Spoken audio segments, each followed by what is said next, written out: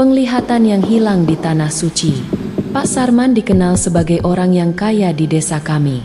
Rumahnya besar, mobilnya banyak, dan usahanya selalu berkembang. Namun, semua orang tahu dari mana kekayaannya berasal. Ia seorang rentenir yang terkenal kejam. Banyak warga desa terjerat hutang padanya, dan jika ada yang telat membayar, ia tak segan-segan mengambil barang berharga atau bahkan mengusir mereka dari rumah sendiri. Suatu hari, kabar menyebar bahwa Pak Sarman akan menunaikan ibadah haji. Banyak warga terkejut. Apa dia benar-benar ingin bertobat? Bisik mereka. Namun, ada juga yang sinis, menganggapnya hanya ingin mencari nama baik. Saat tiba di Tanah Suci, sesuatu yang aneh terjadi. Orang-orang yang satu rombongan dengannya melihat Pak Sarman sering mengusap matanya. Awalnya, mereka mengira itu hanya iritasi biasa, mungkin karena debu. Namun, semakin lama, matanya semakin merah, dan penglihatannya mulai kabur. Dalam beberapa hari, ia hampir tidak bisa melihat sama sekali. Dokter di sana tidak menemukan penyebab pasti. Tidak ada penyakit serius, kata mereka. Mungkin hanya kelelahan. Tapi Pak Sarman merasa ada yang tidak beres. Setiap kali ia mencoba berdoa atau menatap Ka'bah, matanya semakin sakit. Hingga akhirnya, ia hanya bisa pasrah, melakukan ibadah dengan dituntun orang lain. Setelah perjalanan panjang, ia akhirnya kembali ke desa. Aneh sekali, sesaat setelah menginjakan kaki di rumahnya, penglihatannya kembali seperti semula. Tidak ada lagi rasa sakit, tidak ada lagi kemerahan. Seakan-akan ia tak pernah mengalami kebutaan di sana.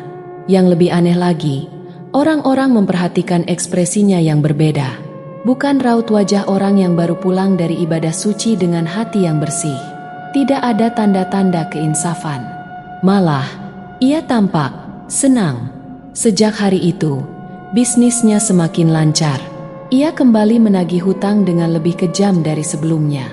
Beberapa orang yang berhutang padanya bercerita bahwa mereka sering bermimpi buruk tentangnya.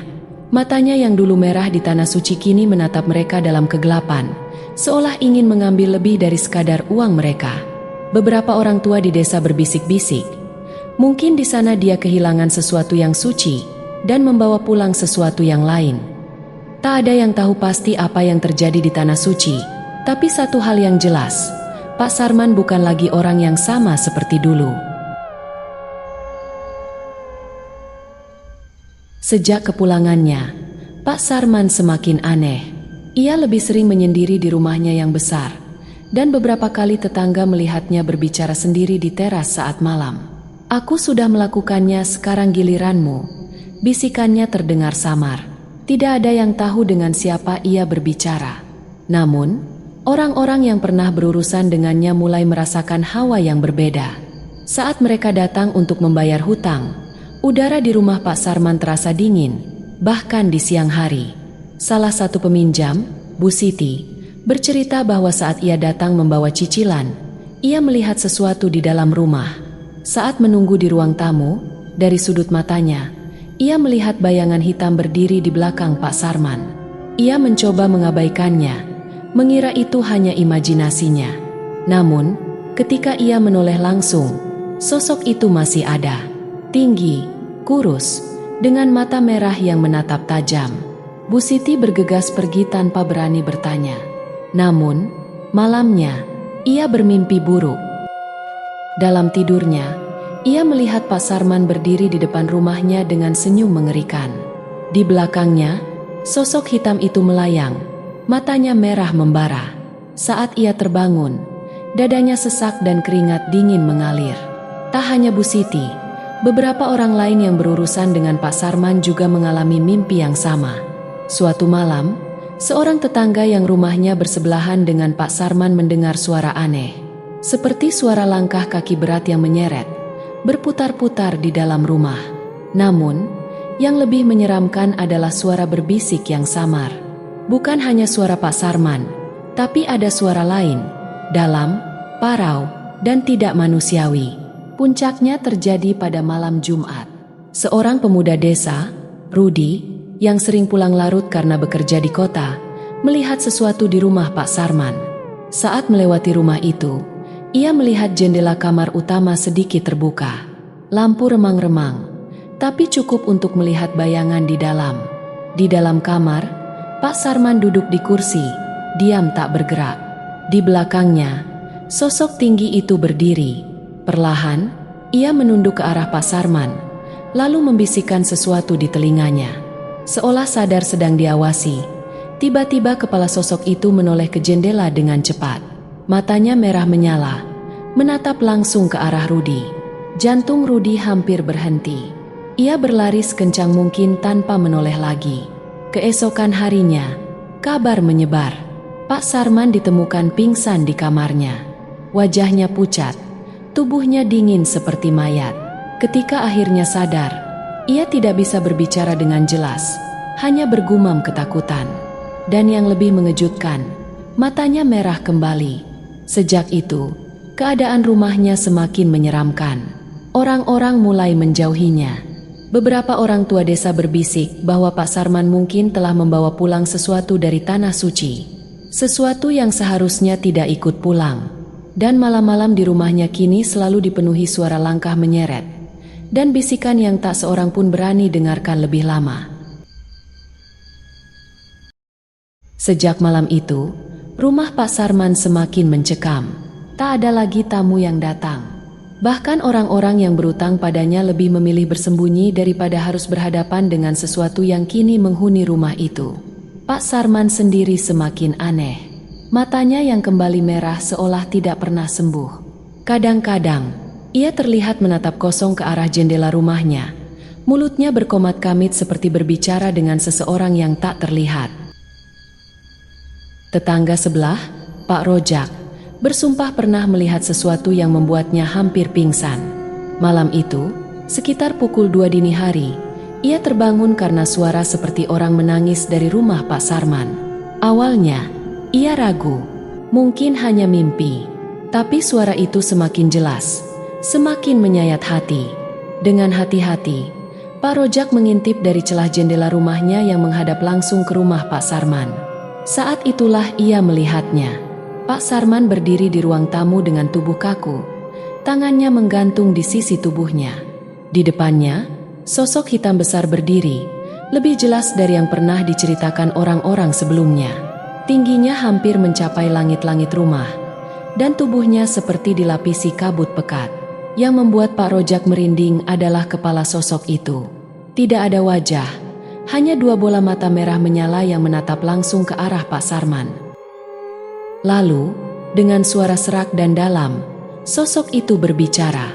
Kau telah menepati janjimu, tapi aku masih lapar. Pak Rojak hampir menjerit. Ia langsung mundur dari jendela. Tubuhnya gemetar hebat. Tak berani menoleh lagi, ia bergegas ke kamar dan menutup telinga, mencoba mengabaikan suara-suara aneh yang masih terdengar dari rumah sebelah. Keesokan paginya, kabar mengejutkan menyebar di desa. Pak Sarman ditemukan tergeletak di lantai rumahnya. Tubuhnya lemah seperti orang yang kehilangan banyak darah. Ia masih hidup, tapi kondisinya mengenaskan. Bibirnya pecah-pecah, wajahnya semakin pucat, dan yang lebih mengerikan, matanya yang dulu hanya merah, kini benar-benar hitam legam. Orang-orang akhirnya memanggil seorang kiai dari desa sebelah, Kiai Hussein, untuk melihat keadaannya. Begitu Kiai Hussein melangkah ke rumah Pak Sarman, ia langsung merasakan hawa dingin yang menusuk tulang. Ini bukan sakit biasa, katanya pelan. Dengan hati-hati, ia mendekati Pak Sarman yang terbaring lemah di tempat tidur. Saat itu juga, tiba-tiba tubuh Pak Sarman kejang hebat, mulutnya berbusa, dan dari tenggorokannya keluar suara yang bukan miliknya. Dia milikku, dia sudah membayar harga. Jangan campuri urusan kami. Kiai Hussein tak gentar. Ia mulai melantunkan ayat-ayat suci dengan suara tegas. Semakin lama ia membaca, semakin keras Pak Sarman berteriak. Tubuhnya menggeliat seperti berusaha melawan sesuatu yang tak terlihat. Lalu, tiba-tiba, brak, sebuah jendela di ruang tamu pecah dengan sendirinya. Angin kencang berhembus masuk, dan semua lampu di rumah itu padam. Dan di tengah kegelapan itu, Kiai Hussein melihatnya. Sosok tinggi hitam itu berdiri di pojok ruangan, matanya membara, menatap mereka dengan kebencian. Namun kali ini, sosok itu tampak berbeda. Kabut hitam yang menyelimutinya perlahan memudar, seolah kehilangan kekuatannya. Dengan sisa tenaga, Kiai Hussein mempercepat bacaan doanya. Sosok itu mulai mundur, tubuhnya bergetar, hingga akhirnya menghilang dalam hembusan angin dingin. Saat semua kembali tenang, Pak Sarman terjatuh ke lantai, tubuhnya lemas. Ia tidak sadarkan diri selama 3 hari. Ketika akhirnya terbangun, matanya kembali normal. Tidak lagi merah, tidak lagi hitam. Tapi ada sesuatu yang berbeda. Ia tidak lagi berbicara dengan siapapun, tidak lagi menagih hutang, tidak lagi keluar rumah. Orang-orang bilang, sejak hari itu, ia menjadi seperti orang linglung. Seolah ada bagian dari jiwanya yang hilang, tertinggal di tempat yang tak seorang pun tahu. Dan rumahnya, masih ada bisikan-bisikan yang terdengar di malam hari. Mungkin sesuatu masih mengawasinya. Mungkin sesuatu masih menunggunya untuk menepati janji yang belum sepenuhnya lunas. Sejak kejadian pengusiran makhluk gaib itu, Pak Sarman benar-benar berubah. Ia tak lagi keluar rumah, tak lagi bicara dengan siapapun. Bahkan para pegawainya satu persatu pergi, meninggalkan rumah besar itu kosong dan terlupakan. Namun, meskipun makhluk itu tampak telah lenyap, sesuatu masih terasa tidak beres. Warga desa yang melewati rumah Pak Sarman di malam hari sering mendengar suara bisikan lirih dari dalam. Suara yang menyerupai Pak Sarman, tapi seolah bercampur dengan sesuatu yang lain, sesuatu yang lebih dalam, lebih menyeramkan. Lama-kelamaan, desas-desus mulai muncul. Dia masih berhubungan dengan itu, bisik salah satu warga. Atau mungkin dia bukan lagi dirinya yang dulu, sahut yang lain dengan nada ketakutan. Puncaknya terjadi pada suatu malam Jumat Kliwon. Pak Rojak, tetangga sebelah, terbangun pukul 2 dini hari karena suara aneh dari rumah Pak Sarman. Kali ini bukan hanya bisikan, tapi suara jeritan panjang yang menyayat. Dengan rasa takut yang menyesakkan dada, ia mengintip dari jendela, dan di sanalah ia melihatnya. Di tengah halaman rumah, Pak Sarman berdiri, menatap ke langit. Tubuhnya kurus kering seperti kehilangan banyak berat badan. Namun yang lebih mengerikan adalah wajahnya.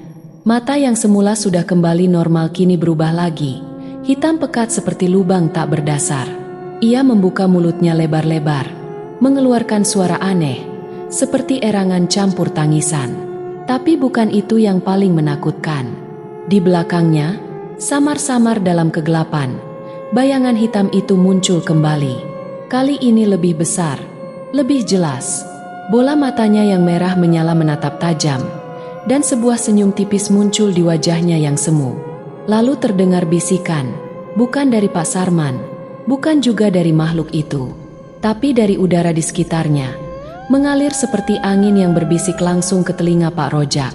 Aku belum pergi, aku masih di sini, dan aku lapar. Pak Rojak jatuh terduduk, napasnya memburu. Saat ia menoleh kembali, Pak Sarman sudah tidak ada di halaman. Keesokan harinya, warga menemukan rumah Pak Sarman dalam keadaan kosong. Pintu depan terbuka, angin berhembus pelan masuk ke dalam rumah yang kini gelap dan tak berpenghuni. Pak Sarman menghilang. Tak ada jejaknya, tak ada yang tahu kemana ia pergi. Namun, saat beberapa warga berani masuk ke dalam rumahnya, mereka menemukan sesuatu yang membuat bulu kuduk mereka meremang. Di lantai ruang tamu, tertulis dengan tanah yang mengering, "Aku akan kembali." Dan sejak hari itu, tak ada seorang pun yang berani tinggal di rumah itu lagi. Namun pada beberapa malam tertentu, orang-orang bersumpah masih bisa mendengar suara langkah menyeret di dalamnya. Dan di kejauhan, di antara pohon-pohon gelap di pinggir desa, sepasang mata merah selalu mengawasi.